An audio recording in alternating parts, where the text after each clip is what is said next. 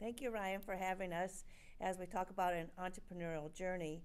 The South Haven Region Business Hub has been together for about 2 years, and there's about 30 of us who are volunteers, subject matter expert, like this lovely lady sitting next to me, Cheri Bales with Hannah Gold Communications, is our marketing social media guru. And Chalet Sturgeon started Local Pour about 3 years ago, and we had the pleasure of working with her and helping her business get up and going. So today's focus is on marketing, so I'm going to let these two take that away.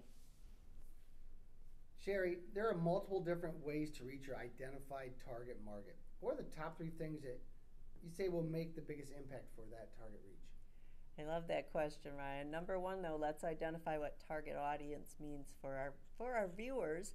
A target audience is those customers who you have identified as being a perfect match for your business. So not everyone in the entire world is your target audience. Let's just get that out there. So once you have identified that target audience, I have a sort of a kitchen stool analogy for what tools are most urgent and most important for a small business. Number one is usually a website, but it takes a while to get to that stage, and a website can take a long time to build out. But if you picture the seat of a kitchen stool as your website, it holds up all the stuff. So you want to have everything you can possibly have your website standardized so that your brand is the same everywhere, whatever the name of your company is. We're laughing because we've done this together. So the website is the seat. And then the first leg down from that stool that supports your marketing plan is most likely a Facebook page. Most likely it's useless at this point. I'll be honest. Sorry, Facebook. Probably get in jail again. But you have to have it. It's kind of a credentialing thing. What some people fear with Facebook is people will not follow them, they'll not like them, and they're worried about their reach, about how many people they reach on a daily basis. And we had this conversation with Jamie. Mm-hmm. Basically, it's not about who you reach, it's about the percentage of your followers that you reach. So I try to talk to people about how having a Facebook is important, but not getting hung up on vanity metrics also is important. So that's the first leg down from the stool. The second leg down from the stool can be your Instagram, which I don't like working in, but a lot of people do. And Instagram is a great platform for places like Chalet. We'll have her talk about that in just one minute second. But that second leg down then for me is going to be a Google business profile.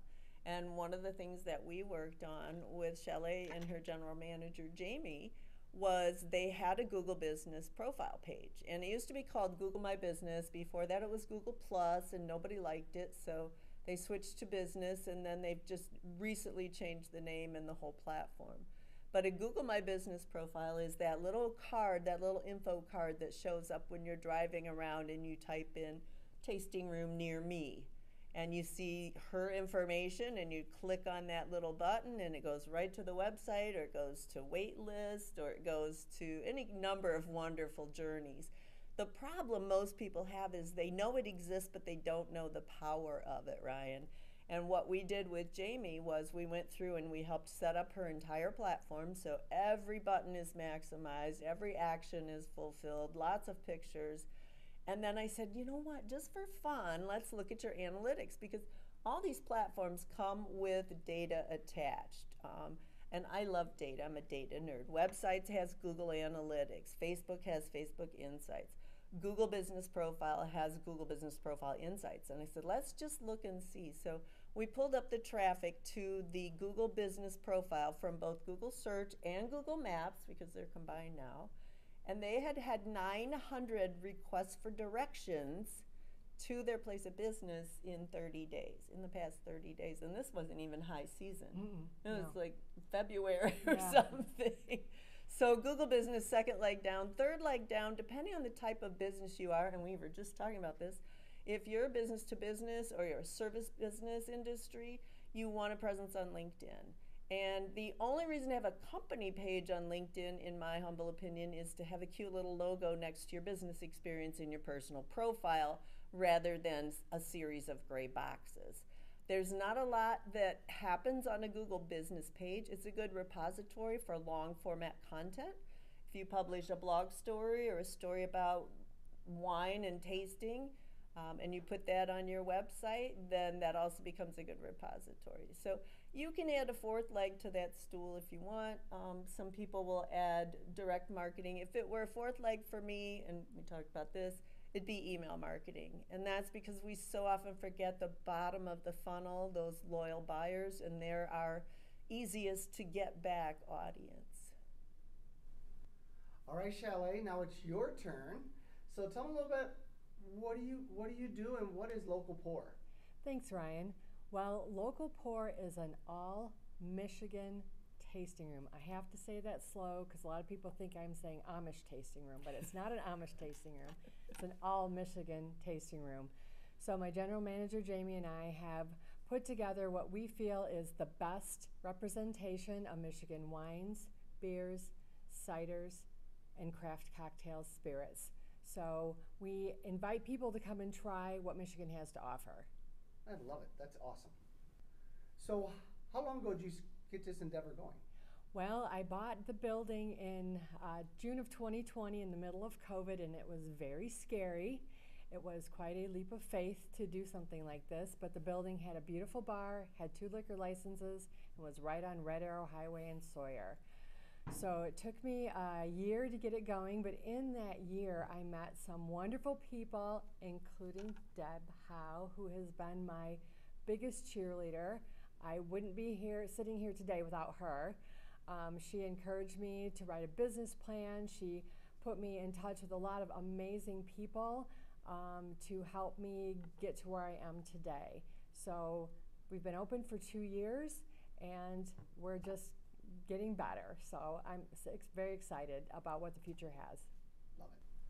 What would you say in the last 2 years has been your biggest challenge that you've had to go against? Surviving a Sawyer winter, because we are 12 miles from the Indiana state line and we are driven by tourists. And we have still to this day 80% of our customer base is out-of-staters. So I needed a way to get the local people into Local Pour to support me during the wintertime when things get real lean. One of the things we did was have live music every Saturday. We started adding things like karaoke. We do Wine Education Wednesday. One Wednesday a month we bring in a winemaker, or we do a horizontal tasting where we find 5 different Chardonnays from all over Michigan and discuss that. But to get that out, I needed more marketing. When we started talking to Cheri, she really helped us ramp up what we were doing, and I totally appreciate that. Love it. And with that, the next one's going to be, what would you say is your biggest success to date? Wow. Okay, so that's probably twofold. One of the things is when people come in, new people into the business, we introduce them, we do a wine tasting or a beer flight or cocktails, and they say, wow, this place is great. We'll definitely be back and bring friends. But Local Pour also won Southwest Michigan Chamber of Commerce Best New Business Award this last year, and that was a big shock. It was amazing. It was voted on live with 300 of our peers, and that just blew me away. Congratulations, that is very incredible. Thank you. All right, so you've had 2 years of challenges and successes. What would you say right now to a business owner or potential business owners? What is your number 1 or 2, 3 points of advice you'd give them? Well, start with a business plan, for sure. Come up with scenarios, find a mentor, find somebody who's done this before, talk to them, get all the information you possibly can, and be consistent with your marketing. Post, let people know what you're doing, that you're out there. Keep on the forefront constantly. I see several other businesses that I talk to that are struggling because they are not consistent with their marketing. So that is so important. Find somebody like Cheri, who's amazing, who will be your cheerleader, who will help you out, give you advice, tell you if you're not doing something right. But that would be my biggest thing right there. Awesome. Okay, Cheri, same question for you. What advice do you have for small businesses starting out and they want a good brand and a good website to be found? So, great question. just what she said. Get a business plan, get a mentor, look for free business support. We have the SBA, we have the SBDC here in Southwest and in Southeastern Michigan. So there are a lot of opportunities for free, I don't want to call it hand holding, but that's what you need when you first start. Cheerleading. Yeah, cheerleading, that's a better word for it. So get that mentor, but writing a business plan is twofold. And the SBA, I actually did a short business plan workshop for the SBA in the spring, and people are overwhelmed by the templates. But if you can't answer all of the questions on the business plan, you might not be ready to start a business. Because if you want funding ever, you're going to have to answer all those questions and fill in all those blanks. So doing a business plan really lets your lender, lets your mentor, lets the landlord that you want to lease from, lets them know that you're serious about your business. So that's always number one for me. Nice. Well, Cheri, like I asked Chalet, what do you think is one of the most underutilized tools you can do for your business, and why is that? Probably, Ryan, I'm going to go back to Google Business Profile. If you are a retail business, you have a brick and mortar site, or you're a service industry business, you work out of your home and you use your home address as your business address, you need a Google Business Profile to be found. A Google Business Profile works with both Google Maps and Google Search now. And so it kind of makes sense, since Google is the #1 search engine in the world. It's almost #2 now. But #1, you need to play in their sandbox. You need to use their tools. The Google Business Profile, if you can't have a website up and running, the Google Business Profile would be a great addition to your marketing before that point. So you do want to put your website on there eventually, but you're allowed to put in about sections, services sections, product sections, affiliation sections. You can really dig in. You can add a bunch of photos. So the process goes something like this. You search for your name of your company on Google. And while we talk about this, we'll talk about branding and name, address, phone. So you search for the business name on Google just as it appears on your business license, LLC, DBA, whatever. If you find it and you click it and it says, do you own this business? You say yes. That's the startup process for claiming a business profile. And then it walks you through all of the next steps. If you type in your business name and it doesn't show up the way you typed it in, try typing it in a couple different ways, because if you have not created your own Google Business Profile, the Google world has already done one for you based on the number of people searching for your business. So if you haven't got it by the reins, Google's got it by the reins, and you want to claim that Google page as soon as you can. And if you do search for your business and you find it's a name and you find that it's owned by someone else, you really do have to go to them or else report and close that business. That Google Business Profile is what shows up when people are typing on their desktop and they say tailor near me. And the Google knows, and your computer knows, that you are in zip code 49090, and it says, oh, there's a tailor 2.5 miles from you. This is the most powerful local search tool small businesses have available to allow people to actually find their business and potentially order online, buy now, click to get directions, or call now, or visit website. So all of those calls to action. And then there's a whole update section, which is like posting to Facebook, only less frequently, and people forget about that as well. Awesome. Okay, quick question. What is the best way to keep in contact with the clients you already have? Funny you should ask. Yeah. We were just having this conversation before we went live about how do we stay in touch with, her problem was local clients, local customers. Yes. And one of the ways that I advise people to do that type of local marketing is through email marketing. And when I say email marketing, the first thing that she responds is, we have a quarterly newsletter. Okay, that's a newsletter. And newsletters and email marketing are different. Email marketing is not a letter from the editor, a note about the department of this, and that's not what yours is. Yours is really good. I've seen it. But when business owners hear email marketing, they think a newsletter. They think they have to write a lot of content, and that's absolutely not true. But the way that a newsletter can help a small business is, I imagine most of the business people who are watching this have heard the adage, it's easier to get a customer you already have to spend more than it is to go get a new customer.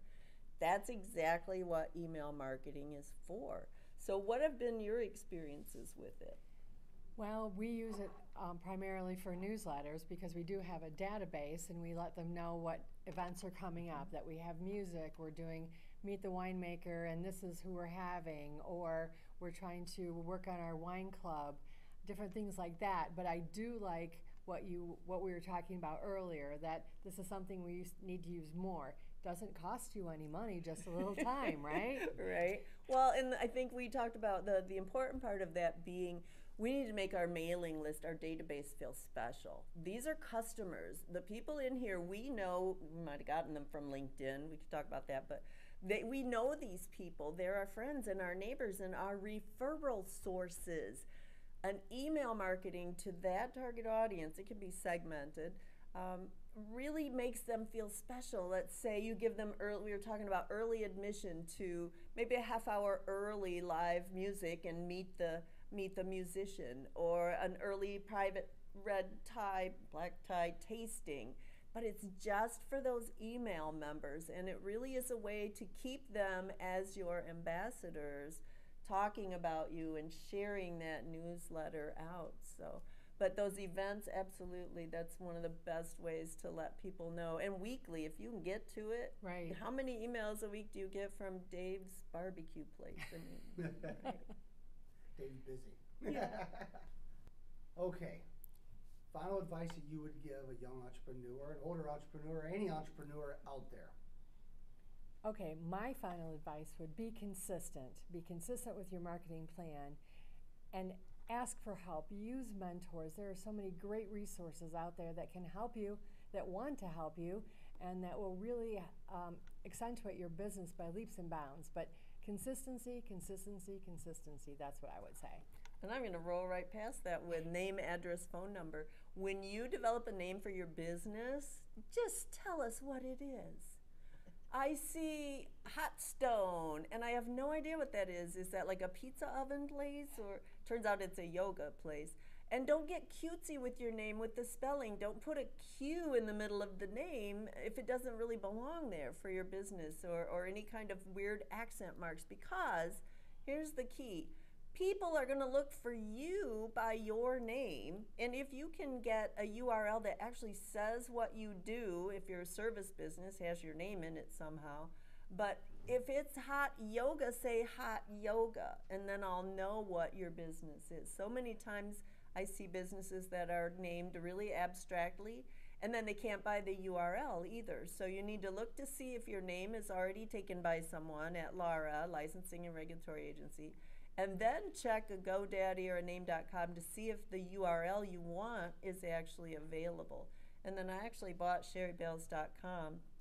You have one yet? I got DebiHowe.com. So yeah, We'll talk later on that. Yeah.